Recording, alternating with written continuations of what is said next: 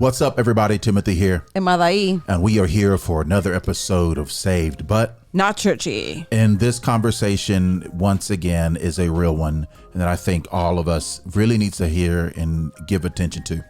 Yeah, so we're going to be talking about when churches killed their pastors. This is a topic of conversation that's going to be a little controversial. We've been in both sides of the spectrum. We've been in ministry for a long time. Mm-hmm. Even before we got married, we were in ministry together, separately. And then when we came together, we entered into ministry together. Yeah. So even that experience has been unique in itself, being a single minister, mm-hmm. And then coming together and in a marriage, coming together and being pastors.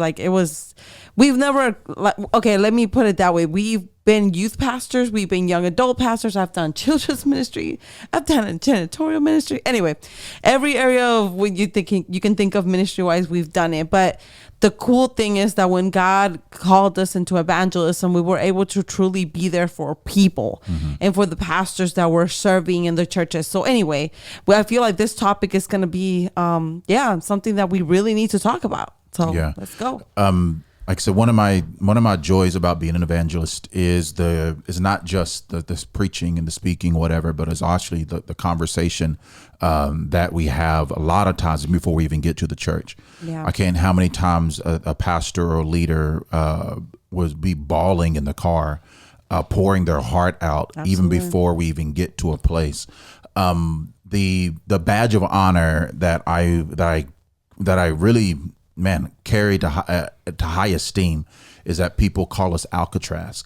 And what I mean by that is that there's information that comes in but doesn't come out. Yeah. That we have a long line, many years of history to know that we are and we have been, we always will be a safe space. Yeah. But with that comes this raw understanding from not just the pastors, the lead pastors, but also the co-pastors and all the above, just their experience of just how hard it is to exist in church, because sometimes the expectations are so unrealistic. Yeah.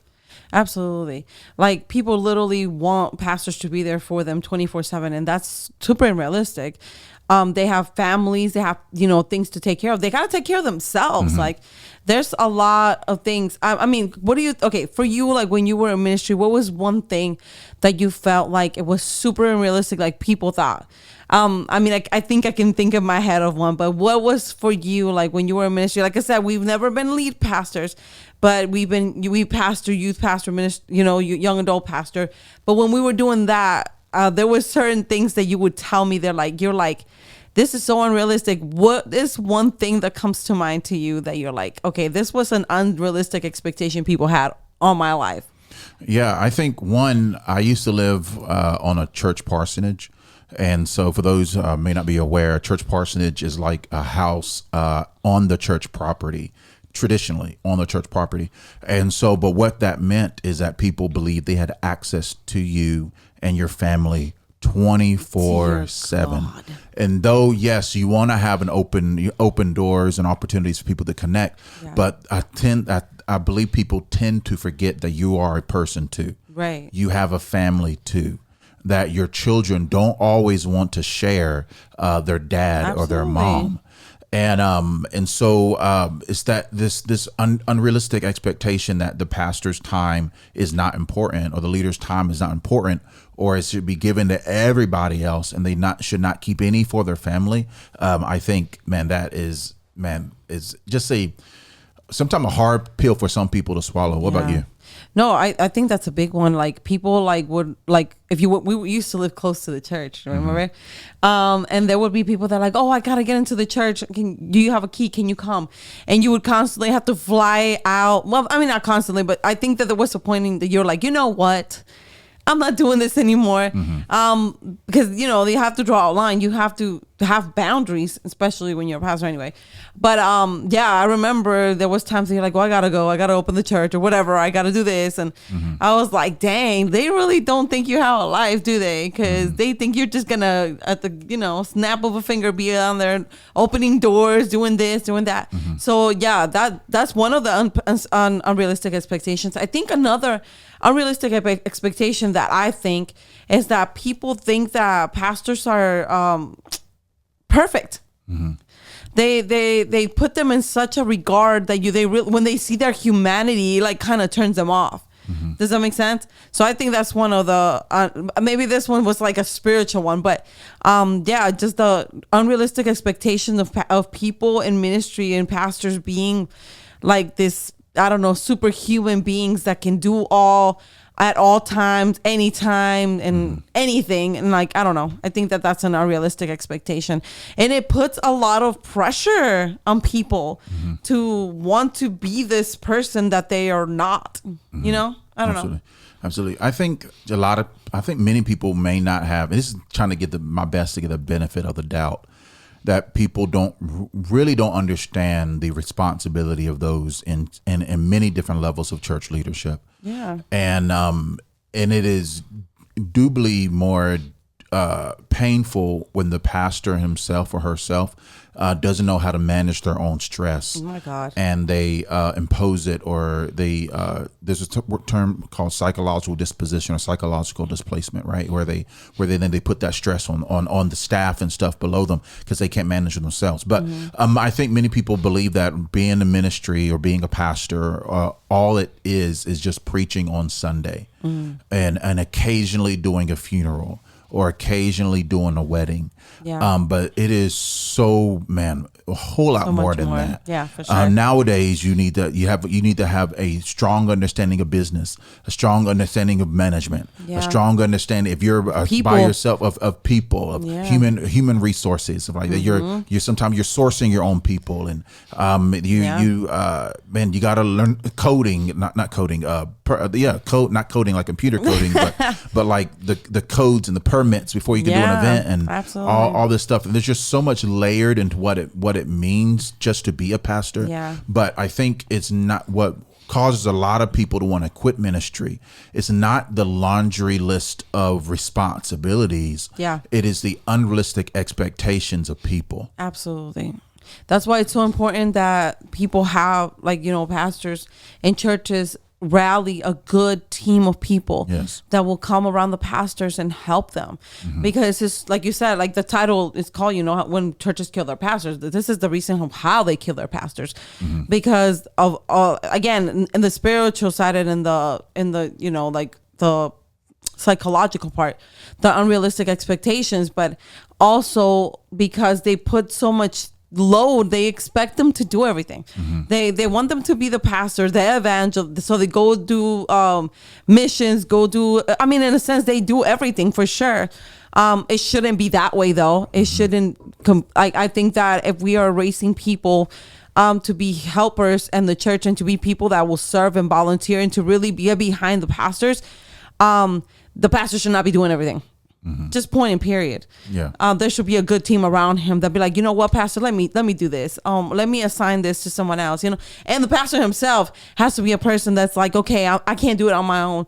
I have to be able to see everybody's giftings and be able to assign people things. Yeah. They gotta get rid of their pride. And not micromanage. Yeah, for sure. Because that's a lot of the reason why a lot of these pastors are having so many issues with their mental health, because they micromanage and they want to keep everybody in the reign. But like, I don't know how to explain that. Does that make sense? It's of course we need order.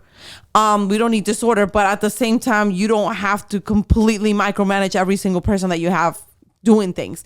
You should be able to trust somebody, be like, okay, this is your assignment. Here you go. So that he's not taking that load upon himself. Make sense? Absolutely. So I think that's a few of the things that kill pastors. Yeah. So I think the death of people in ministry and pastors, and not just the lead, just to clarify, not just the lead pastor, but also the youth pastor, the worship pastor, the executive pastor, you fill in the children's pastor, especially, and fill in the blank. I believe pastors are put to death in a couple of ways. even via firing squad or by suffocation. Ooh. Two areas. A firing squad or by suffocation. Okay. What I mean by that is like a firing squad is like the toxic behavior, the negative words, the evil that people will speak, right? The sharp tongues, the nasty, vile, the gossip. vicious gossip, dear God, slander, all the above. Yeah. And so, absolutely. And secondly, and this is where I think many people will fall under this category. Is the suffocation, is that they are worked in such a way, overworked, Jesus. Burned out in such a way where there's no more oxygen to breathe. And this is where I believe that if you are listen, please hear what I'm saying. If you are a board member, if you have any sort of say and voice on the direction of the church, it is vital that you are being intentional, and whether it's in your bylaws, whether it's your conversations, of ensuring that your pastors, yes, not lead pastor, all of pastors, can rest. You work a 9-to-5 job. In your job, you get a certain amount of sick days, certain amount of vacation days, and things of that nature. You have that for yourself. But there's so many ministries around where they don't have that for their pastors and their leaders, or when they take a rest, or they're not there to fill the pulpit, and all about, they get so much hell. And or when they ask for vacation time. Oh snap! What do you mean you need vacation? Like I've literally heard people say this, and it gets someone like, the pastor just sits around all day and prays and worships, and he wants a vacation. He lives a vacation. I heard someone say that before, and I'm like, what are you talking about?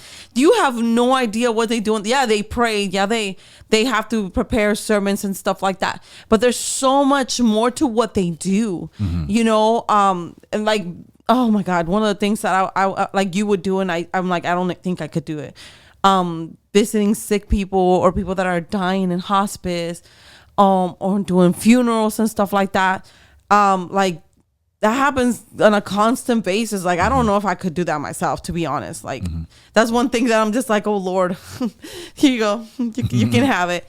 But you know, there's so much more to that. So yeah, like people raising hell over someone asking for vacation. Like, what you talking about? You should be putting it on their contract, on their whatever. Yeah. Well, we're giving you this time off, whatever. You know, you're gonna take it. I think a reason why people may have so much conflict with that is the same way that the person at the restaurant think that they own the waiter or waitress.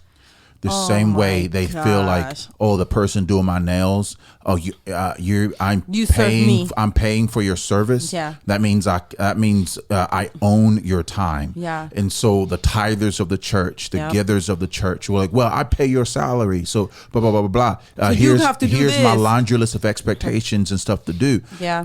And then gets upset when it's not done in that particular way. Snap it like a waiter, or waiter, like, oh my, that's a whole other conversation for another day. Yeah. How people treat those in the service and hospitality industry, which is straight up trash.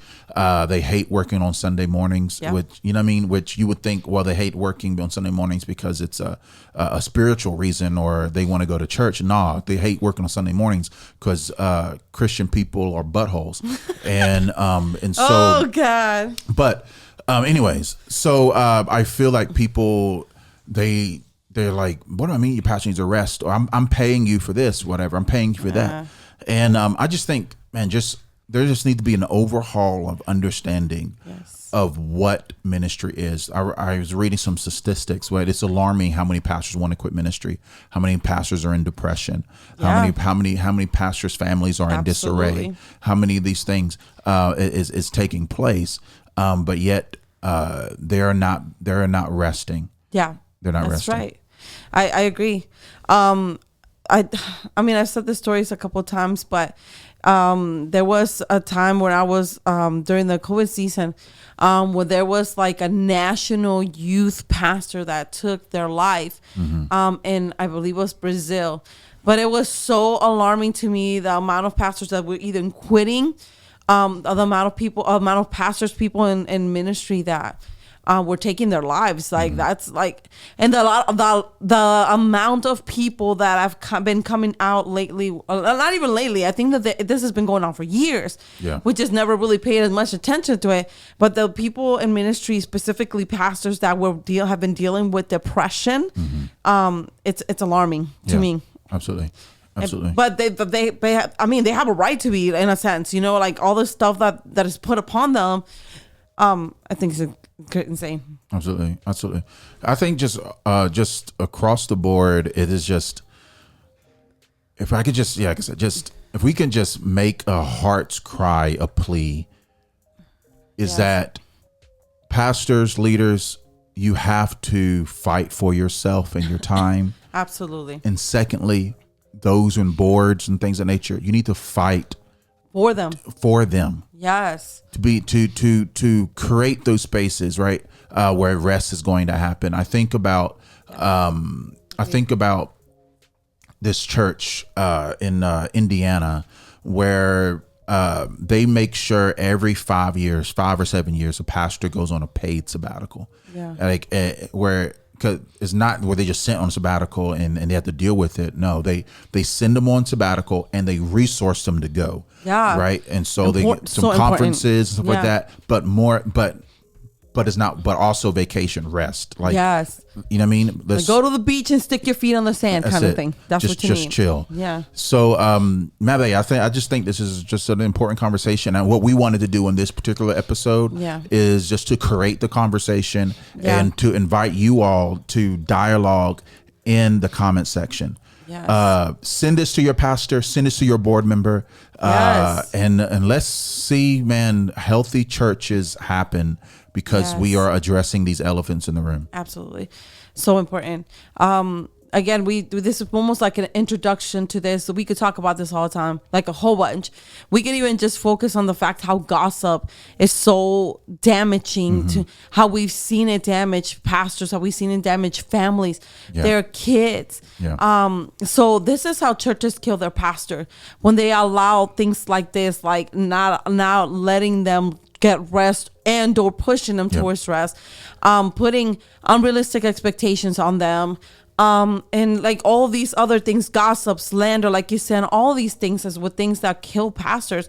They kill their families. They kill their even marriages. And at some points, that there's been points in our lives that we've noticed there's issues in the marriage as well, because the wife is like, I always want to quit ministry because if this is the way we're going to be treated, you know, what's the point of being in ministry and stuff like that? Or they watch their husbands die in the altar of ministry. So it's so detrimental that we see them for who they are. They're not only they're human beings, not only are they men and women of God, but they are people. They are human beings that need to rest. They need to be honored. That need to be taken care of. It's so important.